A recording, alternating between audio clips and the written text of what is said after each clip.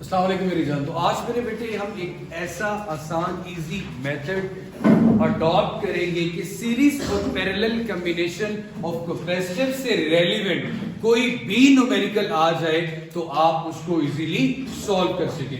तो सबसे पहले तो मेरा बेटा मैं दरमियान में एक लाइन लगा देता हूं। आपने मेरे बच्चे करना क्या होगा, एक तरफ से सीरीज कॉम्बिनेशन और दूसरी तरफ से पैरेलल कॉम्बिनेशन की बात कर रही है। इससे पहले वाले लेक्चर में हम पूरा टॉपिक डिटेल में पढ़ चुके हैं कि सीरीज और पैरेलल कॉम्बिनेशन ऑफ कैपेसिटर होता क्या है।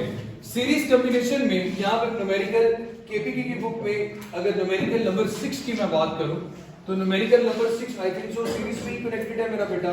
सो इसमें 3 कैपेसिटर हैं, ये देखें भाई 1 2 और 3।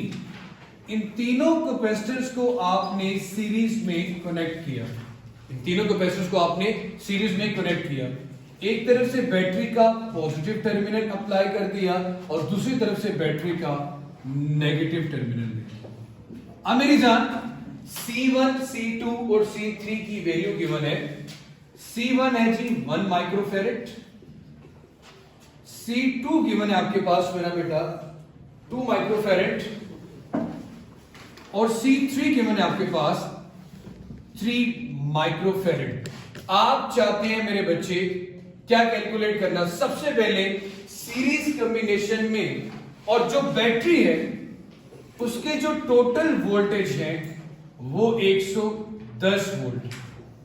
अब कैरेक्टरिस्टिक्स ये कहती हैं कि इसमें चार्ज की वैल्यू सेम है, Q1 Q2 Q3 Q ये सेम है, लेकिन ये जो वोल्टेज है V1 V2 V3 ये सेम नहीं है। तो ये आपको क्या करना होगा, कैलकुलेट करना होगा। सबसे पहले 3 कैपेसिटर्स गिवन है तो इसकी C इक्विवेलेंट कैलकुलेट करनी हो। सो 1 ओवर C इक्विवेलेंट फॉर्मूला आएगा मेरा बेटा, कल भी यही बताया था मेरे बच्चे।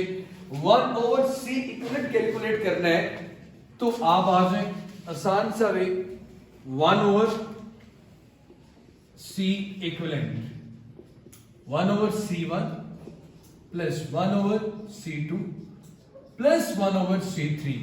इसको सॉल्व करने का सबसे आसान मेथड ये है कि तीनों वैल्यूज को ऐसे लिखें 1 over 1 plus 1 over 2 plus 1 over 3। 7 unit लिखने की जरूरत नहीं, जो भी यूनिट आएगा उसको माइक्रो फैरेड लिख देंगे, C इक्विवेलेंट भी। अब ये देखें मेरे बच्चे, आपने करना क्या होगा, आसान मेथड, इन तीनों को इकट्ठा लिख दें। तीनों का एलसीएम लेना है ना, तीनों को इकट्ठा लिख दें 1 2 3। होता यूं है कि इस नंबर को हम इस नंबर पे डिवाइड करते हैं और जो आंसर है इसके साथ मल्टीप्लाई करते हैं। आप ये करें, जो सेम है वो तो वैसे ही कैंसिल हो जाएगा, जो सेम है उसको इग्नोर करते हैं, बाकी दोनों लिख दें 2 और 3। दरम्यान में साइन क्या आ गया, प्लस का। अब क्या आ जाएगा 1 और 3। अब क्या आएगा मेरा बेटा 1 और 2। 2 into 3 6, 1 into 3 3, 2 into 1 1, 3 into 2 6, 6 plus 3 9, 9 plus 2 11, 11 को जरा 6 पे डिवाइड करें। 0.5। ये देखो, ये तो आ गई 1 ओवर C इक्विवेलेंट। मुझे क्या चाहिए होती है C इक्विवेलेंट। तो आप C इक्विवेलेंट जब निकालेंगे तो वो क्या आ जाएगी 6/11। क्या आएगी मेरा बेटा 6/11। अगर आप खुद गौर करो तो 6/11 का 0 पॉइंट समथिंग में आंसर आ रहा होगा। कितना आ रहा है 6 divided by 11 0.5 micro farad C equivalent आ गई। अब ये क्या रिप्रेजेंट कर रही है, मैंने कल भी आपको बताया था कि सीरीज कॉम्बिनेशन में जो C इक्विवेलेंट आती है वो इंडिविजुअली C1 से भी छोटी होती है, C2 से भी छोटी होती है और C3 से, लेकिन किस कॉम्बिनेशन में, सीरीज में। क्लियर हो गया मेरा बेटा। अब आपके पास जनरल इक्वेशन क्या है कैपेसिटर की, कैपेसिटर की जनरल इक्वेशन होती है Q is equal to CV। Total voltage को अगर टोटल कैपेसिटेंस के साथ मल्टीप्लाई करें तो आपके पास चार्ज की वैल्यू आ जाएगी। चार्ज कैलकुलेट करना है ना, क्योंकि चार्ज तो सब में क्या होता है सेम। C इक्विवेलेंट कितना आया 0.5, 0.5 का मतलब 1/2। वोल्टेज कितने हैं 110, 110 का हाफ करें या 0.5 के साथ मल्टीप्लाई करें, आंसर कितना आता है? 0.5 मल्टीप्लाई पे 110 55 कूलम चार्ज आ गया। यही आंसर किसका है? Q1 का। यही आंसर किसका है? Q2 का। और यही आंसर किसका है? Q3 का। क्या रह गया बाकी? V1 V2 V3। जनाब यहां पे देखिए, V1 कैलकुलेट करना है आपने, तो V1 कैलकुलेट करने के लिए यहां पे लिख लेता हूं, ये आ रहा है मेरा बेटे V1 V2 V3। V1 के लिए Q is equal to CV है, तो Q ओवर C1 आएगा, ऐसे ही आएगा ना मेरा बेटा। Q over C2, Q over C3। Q कितना आपके पास आया? 55। सबसे पहले V1 कैलकुलेट करने के लिए 55 को C1 क्या है? 1, इसके साथ डिवाइड करें तो आंसर 55 ही रहेगा। तो V1 तो कितना आ गया? 55 वोल्ट आ गया मेरा बेटा V1। V2 कितना आएगा? Q अगेन 55, किस पे डिवाइड करेंगे? 2 पे डिवाइड करें। 55 को 2 पे, 55 को 2 पे 27.5 वोल्ट V2 आ गया। अब क्या चाहिए? V3। V3 कैलकुलेट करने के लिए क्या करेंगे? इधर कर लेते हैं मेरा बेटा। 55 को 3 में डिवाइड करेंगे, कितना आंसर आ रहा है? 18.3 वोल्ट। अब देखो आपका टोटल वोल्टेज इन 3 हिस्सों में डिवाइड हुआ था, V1 V2 और V3। टोटल वोल्टेज कितना है? 110। वैसे मैं कह रहा हूं इक्वेशन बैलेंस होनी चाहिए ना, जिन 3 हिस्सों में डिवाइड हुआ है वो क्या है? 55 प्लस 27.5 प्लस 18.3, तीनों को ऐड करोगे तो ये भी आंसर कितना आ रहा होगा? 110 वोल्ट। ये भी आंसर कितना आ रहा होगा? 110 वोल्ट। तो ये था सीरीज कॉम्बिनेशन ऑफ कैपेसिटर का। कोई भी टॉपिक आ जाए, सबसे पहला स्टेप क्या था? आपने सी इक्विवेलेंट निकालनी है। क्या निकालनी है? सी इक्विवेलेंट। सी इक्विवेलेंट निकालेंगे, उसके बाद क्या निकालेंगे? चार्ज। जब चार्ज आ जाएगा तो किसकी वैल्यू आ जाएगी? V1 V2 और V3 की। अब आ जाए नेक्स्ट न्यूमेरिकल में। नेक्स्ट न्यूमेरिकल में कौन सा कॉम्बिनेशन इस्तेमाल किया गया है? Parallel combination. कौन सा कॉम्बिनेशन इस्तेमाल किया गया? Parallel combination.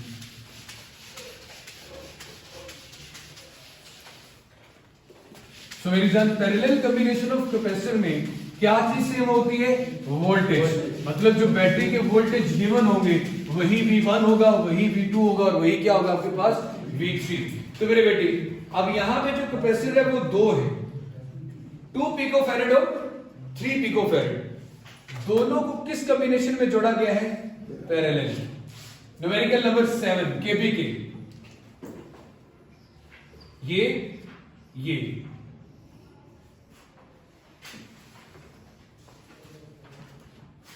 दोनों से एक तरफ बैटरी का पॉजिटिव टर्मिनल, दूसरी तरफ बैटरी का नेगेटिव टर्मिनल। एक क्या आ गया? C1 और दूसरा क्या आ गया? C2। C1 कितना है भाई? 2 पिकोफैरेड। 2 पिको का मतलब 10⁻⁻12 फैरेड। C2 कितना आ गया? 3 पिकोफैरेड। जनाब साहब भाई 3 मल्टीप्लाई 10⁻⁻12 फैरेड आ गया मेरे बच्चे। C1 भी आ गया, C2 भी आ गया। हमारा काम है बाकी सारी चीजें। किस बैटरी के साथ लगाया गया, उसको वोल्टेज कितने गिवन है? 9 वोल्ट। कितने वोल्टेज गिवन है? 9 वोल्ट। अब हमें बड़े अच्छे से पता है, आप भी ये लाइन लिखेंगे कि we know very well in parallel combination, in parallel combination V1 is equal to V2 and V2 is equal to V, और ये आपके पास कितना आ रहा है? 9 वोल्ट। डिफरेंट क्या है यहां पे? फिर चार्ज। क्या डिफरेंट है? चार्ज। मतलब आपको क्या निकालना है? Q1। आपको क्या निकालना है? Q2। और मैंने कहा था पहला स्टेप क्या होगा? आप C इक्विवेलेंट निकालेंगे। C इक्विवेलेंट निकालने का क्या फॉर्मूला है यहाँ पे? C1 plus C2। 2 जमा 3 5 7 पिकोफैरेड आ जाएगा। तो 5 पिकोफैरेड को कैसे लिखेंगे? 10⁻⁻12 फैरेड। मेरे बेटे मैंने इसलिए नहीं लिखा, डायरेक्ट P F भी लिखते तभी वही रहता। तो 5 पिकोफैरेड आ गया आपके पास। इसका आंसर C इक्विवेलेंट का।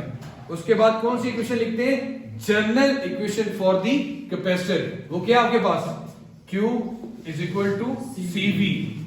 V का मतलब टोटल वोल्टेज, C इक्विवेलेंट और टोटल वोल्टेज कितनी है मेरा बेटा? C equivalent 5 multiply by 10 raise to minus 12। Voltage total कितने हैं? 9 multiply by 5 45, 45 multiply by 10 raise to minus 12। Pico coulomb भी आ सकते हैं, ये 10 रेज़ टू माइनस 12 कूलम भी हम इसको लिख सकते हैं। ये तो क्या आ गया आपके पास? Total charge. लेकिन आपका टोटल चार्ज अब दो हिस्सों में डिवाइड है, Q1 और Q2 में। Q1 कैलकुलेट करना हो तो क्या आएगा मेरा बेटा? C1V। V की वैल्यू क्या है? सेम। C1 कितने है? 2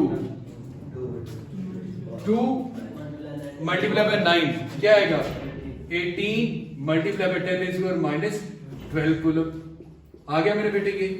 Q2 कैलकुलेट करना हो तो क्या है? C2V। C2 कितने हैं? 3 and 3 multiply by 9 27, 27 multiply by 10 raise to minus 12 coulomb. हम शुरू वाले नंबर को मल्टीप्लाई कर रहे हैं और 10 रेज़ टू माइनस 12 जो प्रीफिक्स है उसको साथ लिख रहे हैं। Q1 भी आ चुका, Q2 भी आ गया। अब इन दोनों को ऐड करो, Q1 और Q2 को। टोटल Q कितना आया था?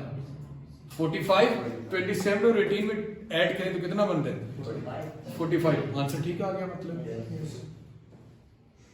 जैसे आपने वोल्टेज पे इक्वेशन बैलेंस की थी, अब आपके पास जो टोटल चार्ज है किसके इक्वल है? Q1 प्लस Q2 के।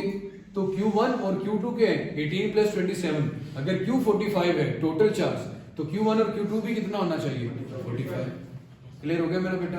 ये थे हमारे सीरीज और पैरेलल कॉम्बिनेशन ऑफ कैपेसिटर से रेलेवेंट न्यूमेरिकल। और पंजाब के जो बच्चे लेक्चर देख रहे हैं मेरा बेटा, आपका भी बिल्कुल सेम, सिर्फ वैल्यूज डिफरेंट होती है। स्टेप्स आपने यही फॉलो करने हैं।